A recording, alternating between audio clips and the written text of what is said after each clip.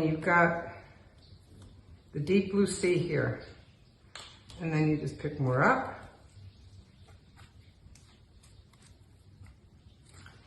And let's add a little bit of black to this.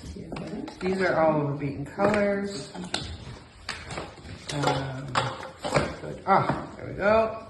And again, they're going to be very dark because they're pure pigments. I mean, isn't that beautiful? That's it.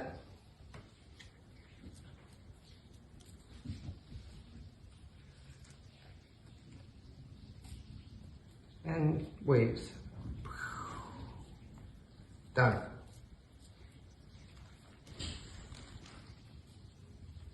Yep, that's it.